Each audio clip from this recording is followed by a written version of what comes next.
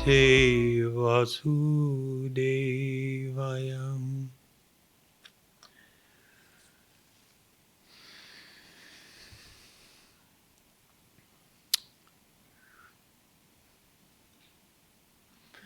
We live in quite an extraordinary time, and not necessarily in a good way extraordinary. There have been tremendous social changes, particularly over the last 100 years, and monumental changes to people's value systems and the focus in life, things that are held important, things that are held to be sacred.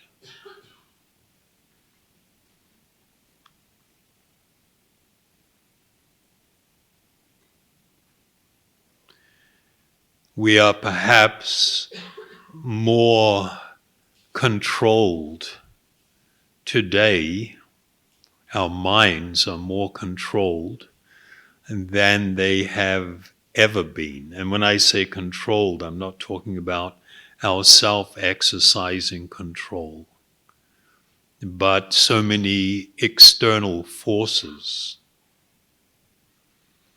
The tremendous advances in psychology have actually created a little bit of a monster.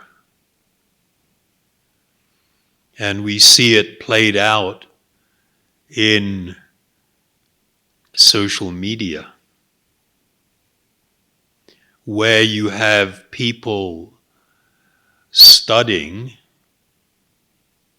how to get you all addicted and utterly dependent upon something which they control.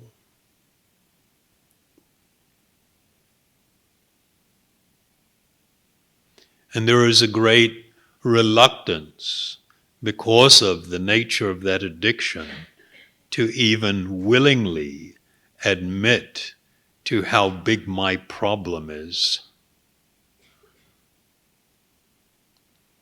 It began with the development of advertising. Prior to the development of modern advertising, back in around about 1920, the nephew of Sigmund Freud, his name was Eddie Bernays, who was a highly influential person in America that hardly anyone knows about. He was a special consultant to the American president, Woodrow Wilson. And he practiced the craft of the mass manipulation of minds to deliver messaging. And that craft used to be called propaganda. But then the way in which the Germans used propaganda in World War I gave the word propaganda a bad name. And so Eddie Bernays thought, we needed another name for this. So instead of propaganda, he coined the term public relations. Most people think, well, public relations, that's not a big deal. No, it's a really big deal if we understood what was behind it and where it came from. With the growth and development of modern psychology, psychiatry, people became increasingly aware how you could implant images and desires into people's minds and make them want things that they wouldn't normally want if they were just left to their own devices. And this craft became more and more sharpened and honed.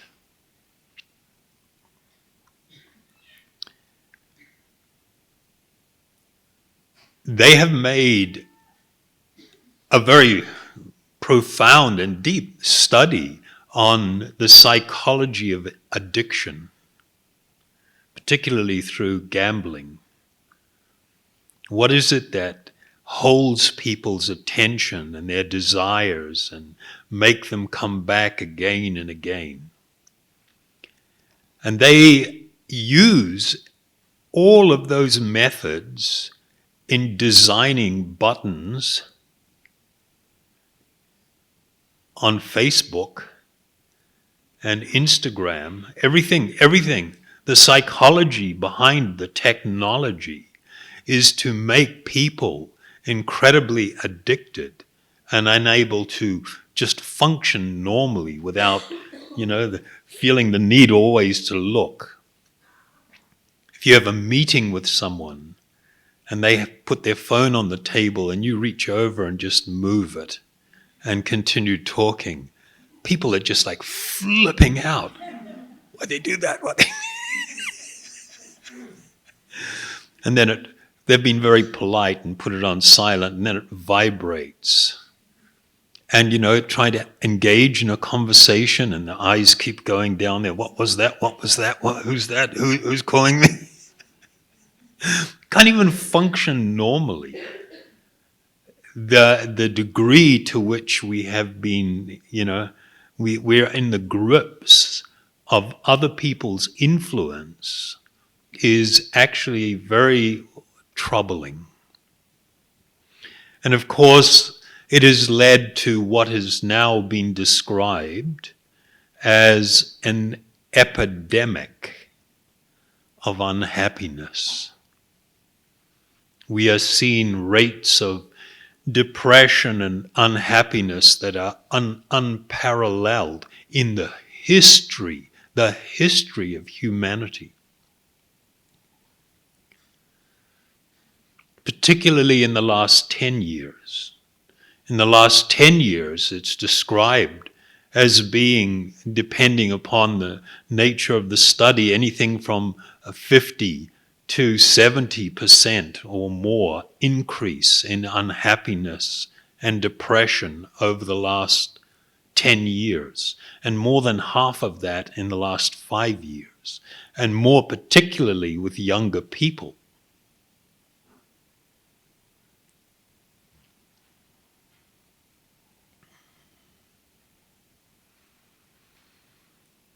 Anybody that has experienced serious depression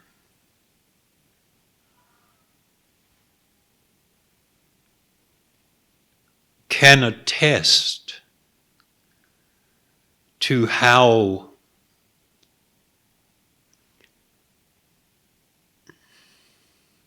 powerless one feels in the grips of such a thing. The unhappiness, the suffering that occurs in this condition is happening where? Is it happening to your body? No. Where's it taking place? Taking place in the mind. Most of the greatest suffering, the unhappiness, the loneliness, is experienced within the mind. One can actually suffer infinitely more in the mind than actually in the body. The body can only tolerate a certain amount of pain, and then there's this mechanism you just black out. The mind is unfortunately not like that.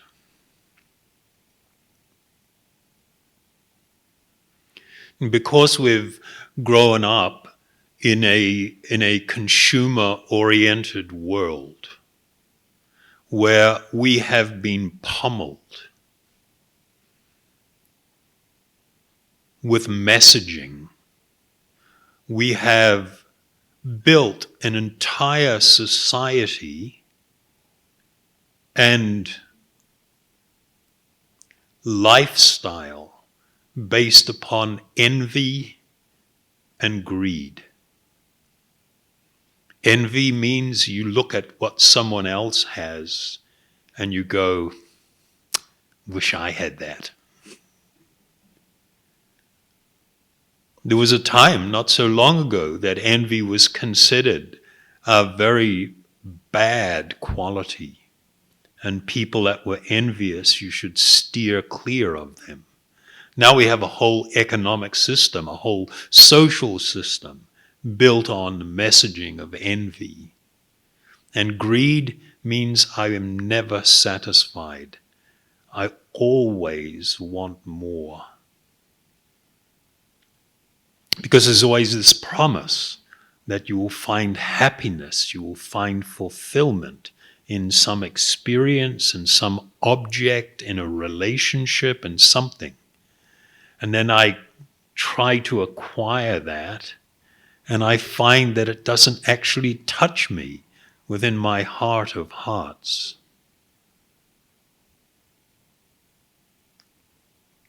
Doesn't matter how much stuff I can acquire, how much experience I can have, it's never enough. I'm always wanting more, in the hope that I can find fulfillment somewhere.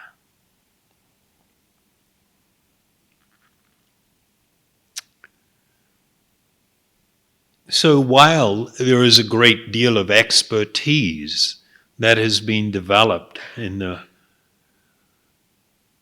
Western world and now throughout the world on how to manipulate people's minds, there is not a great deal of information about the actual nature of the mind.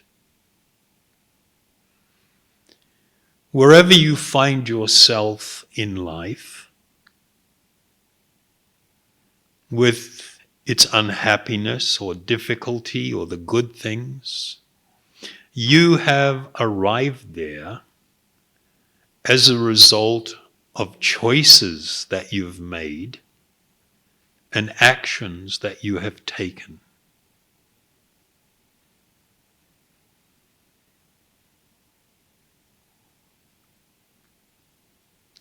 And every choice that you made and every action that you took originated with an idea in the mind, some stimulation of the mind, some promise to the mind.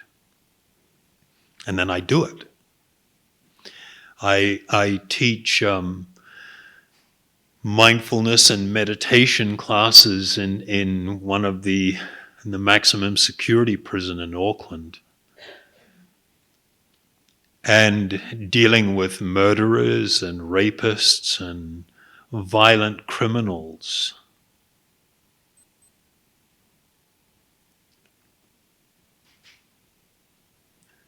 It's just so apparent, and it's apparent to them when you talk to them about it, that everything starts in the mind, and then you act out what is in the mind.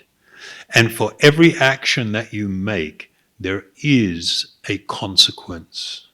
There is a result. It is inescapable. You cannot act and not receive the fruit of your action. If your life is unhappy, that is a fruit.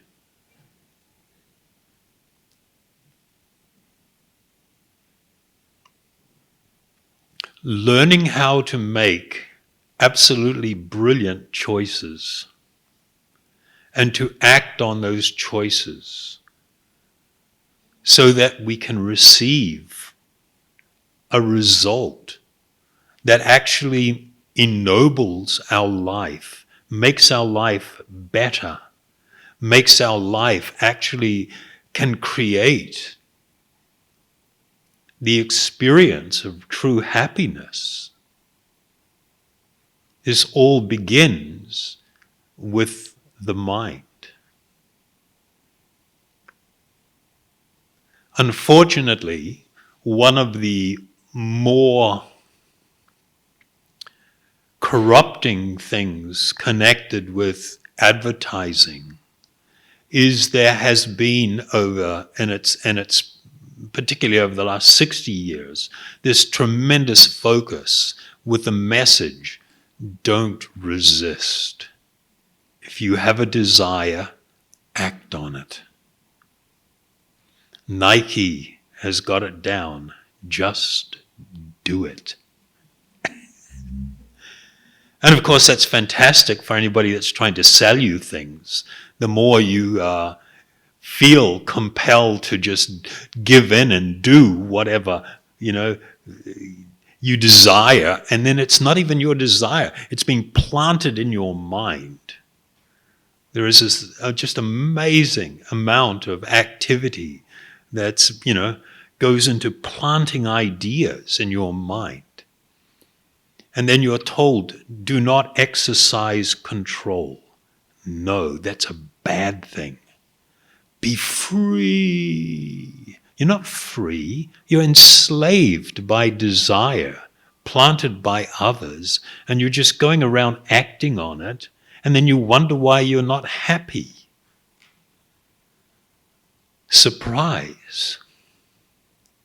So the things that I'm hopefully pointing out reasonably clearly is that society, humanity, has charted this course into this unknown territory that for thousands of years people didn't live this way. And we begin to embrace all this propaganda that you should be able to do anything that you want, any time that you want, and that defines freedom. No, it doesn't. You are held accountable for every single act that you perform. There will be a consequence. You may be free to make a choice, but it doesn't mean you are free from the consequences of your choice. And then your life becomes unhappy and we want to blame everybody else. No, it's our own doing. One of the reasons that we have a really great success in our prison programs, it's in helping people come to understand that our approach to dealing with these things, we've got a different paradigm. For the most part, except for some individuals, for the most part, modern psychology or psychiatry is a two-dimensional paradigm. One is the physical external being, the body, and the second one is the mind. That's it. And if the mind is not functioning properly, it could be attributed to some physiological thing like a chemical imbalance. Although you have this massive industry of producing psychotropic substances, mood-altering things, and yet they have not actually cured one psychiatric ailment. Just trying to make people feel better, get a grip.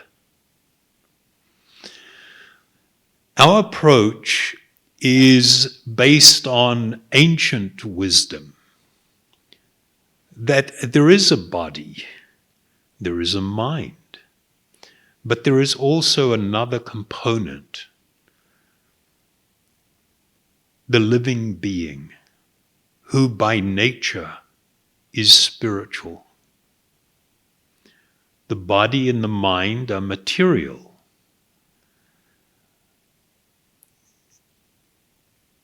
The living being who occupies the body and uses it and the mind is spiritual. And for this reason, people can practice mindfulness. We teach like when any heightened emotional state, whether it's considered positive or negative. In a heightened emotional state, you should never make any serious decision. Let everything go. Calm down. Whether you're elated about some experience, oh, he was so amazing. And you make some ridiculous decision in a heightened state of emotion, and invariably it's crash and burn territory, or at least that one didn't work out so well. With negative emotions, it's exactly the same. It's worse. In the state of anger or great fearfulness, when one makes a decision on a course of action, it's usually not very good. The reason, what we teach people is what we call learning how to hit the pause button. That when you're being caught up in some state, you've got to learn how to hit the pause button, stop talking. Stop talking. What you say it's going to come back to bite you. Stop talking. Disengage. I need a bit of quiet time. Disengage. Calm down. Get a grip. And when you're on an even keel, then consider, how should I deal with this? What is in my best interest and another person's best interest? What is going to be the path of less suffering, of less unhappiness? Is there an option for a good outcome?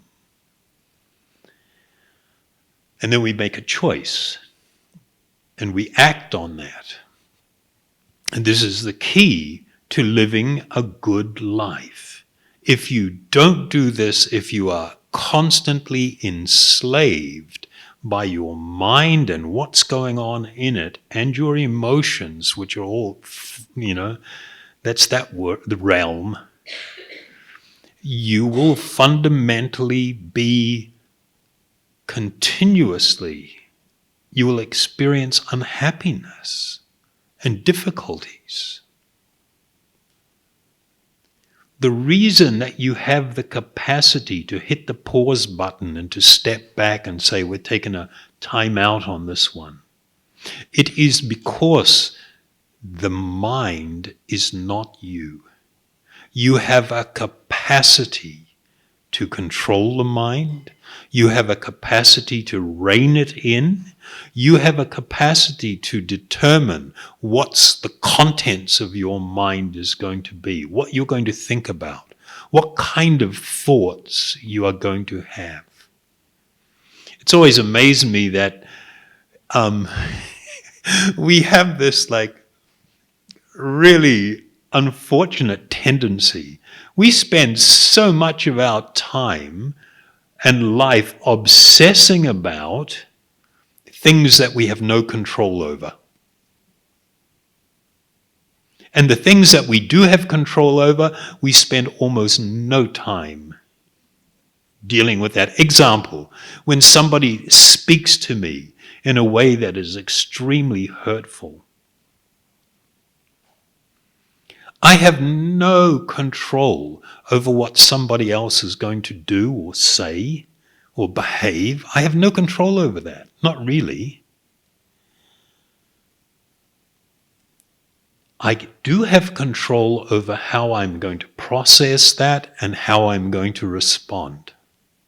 And instead of focusing on that, I get all upset. And, the way they talk to me, I can't... just flipping out and getting upset or angry or so hurt and everything, and just obsessing about what somebody did or what they said. They unliked me on Facebook.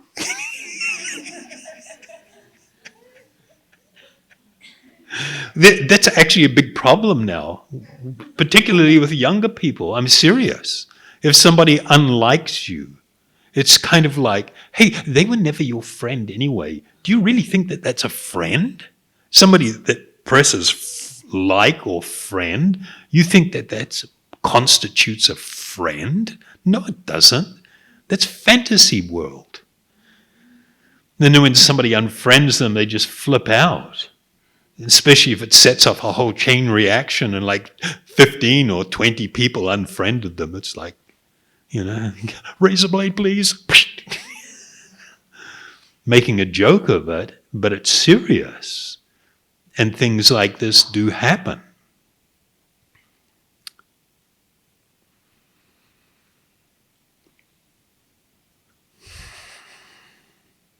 So we exist in a time and in a world where very much so, we are not in control of our own minds.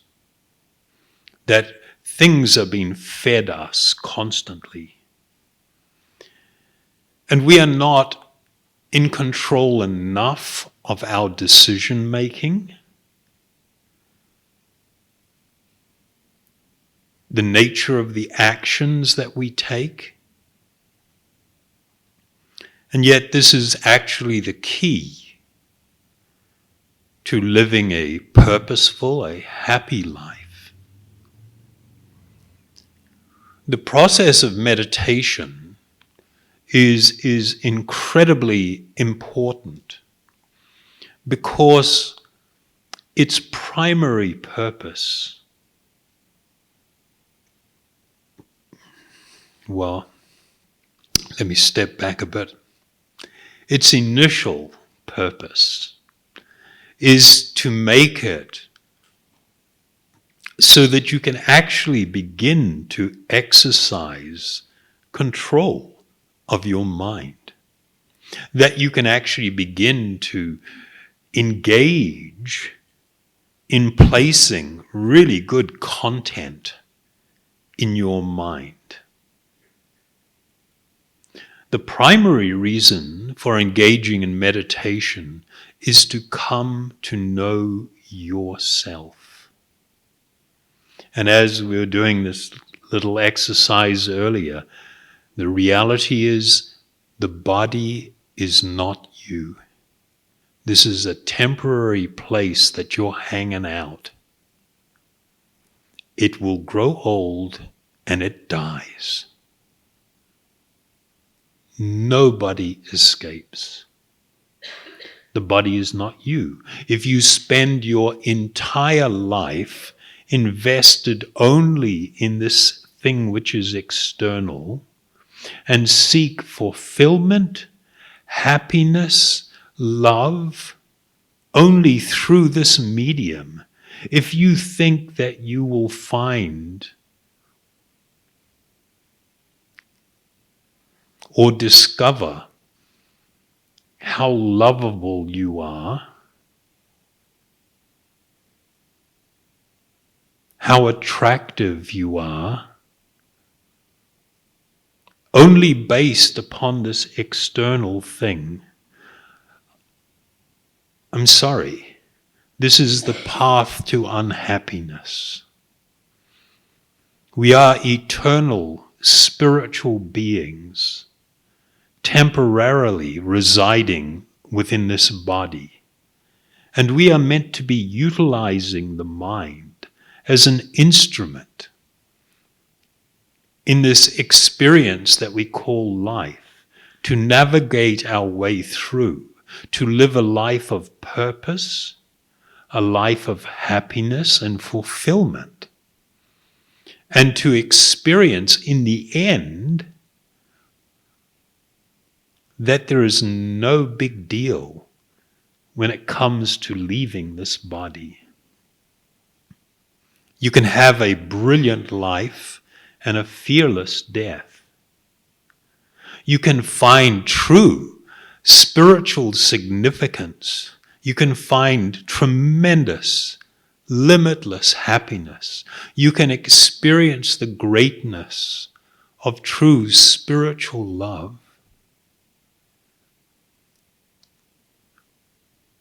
But you must begin to consciously choose a new course in life.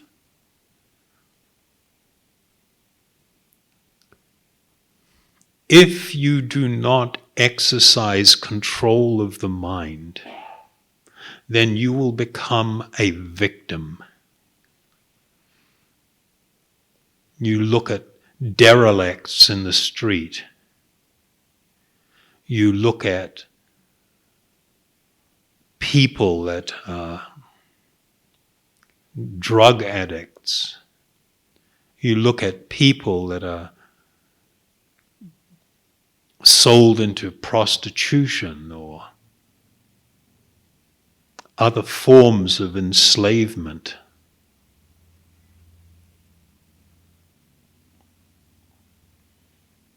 If we do not learn how to actually become the master and controller of our mind, then it is very difficult for us to find real happiness. Is this too much of a bummer? Am I a bummer guy or what? I don't do the unicorns and butterflies, sorry. But I do happiness. I do love. I do meaning and purpose. And it's not like some far-off thing. These techniques that we'll look at today in some of the practices are really, really practical. And you know, the most far-out thing, they actually really work. You know, for people that are new or people that have come before, or been with Kalindi and Ben for some time here in Darwin, you know, you will often have this very touching experience, like there's something very nice. The heart feels tremendously softened. There is a warmth and a shelter that is offered in these processes. But this subject is so big, we can't possibly cover it in the time that we have allocated today. I'm just scratching the surface in the hope that it will help some of you directly, or if you're inclined, that it will stimulate an interest to actually begin to consider adopting some of these things that will actually bring a transformation. Not just a transformation, can utterly change your life. Okay? So that's as far as we're going to go now, I think. Yeah? Yeah, what I was going to suggest was, what time were we going to have a break? 2:45. Okay. Well, we were going to just do a little bit more chanting, this Om Hari Om. What I'd like to suggest is next round, if you have some questions, won't speak too long and we'll open up for questions so we can try and address them. If you have any question, please don't be shy. Sometimes people wonder, maybe it's a silly question.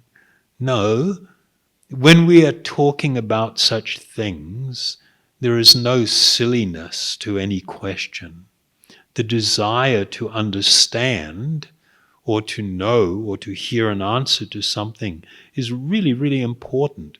And you will find that if you have some question, probably about 30% or more of the audience will be thinking the same thing. And so you're helping not only yourself but others if you do have a question.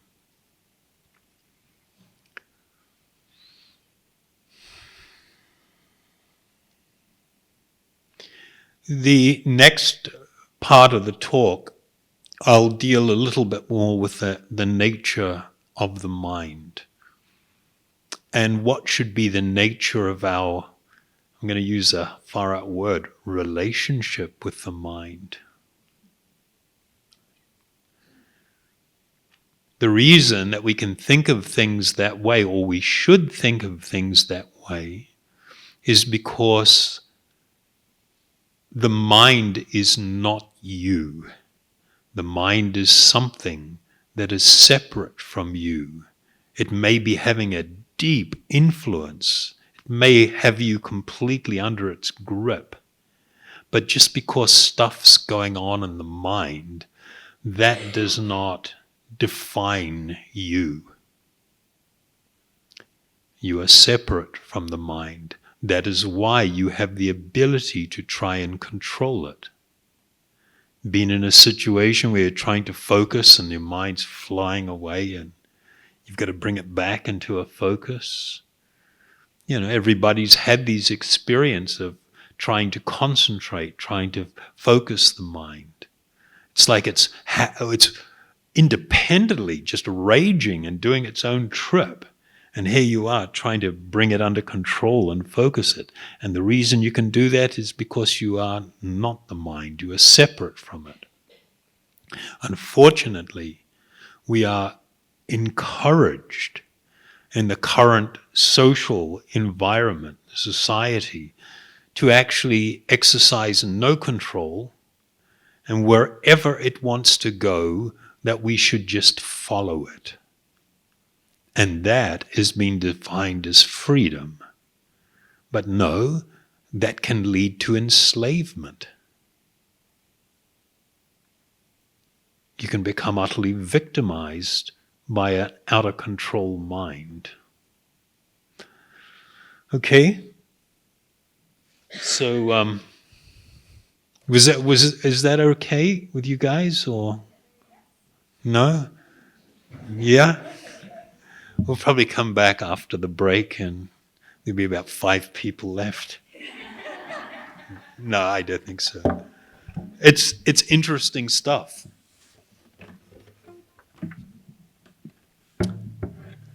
So we'll do the same mantra again, Om Om Hari Om. I'll use a different tune.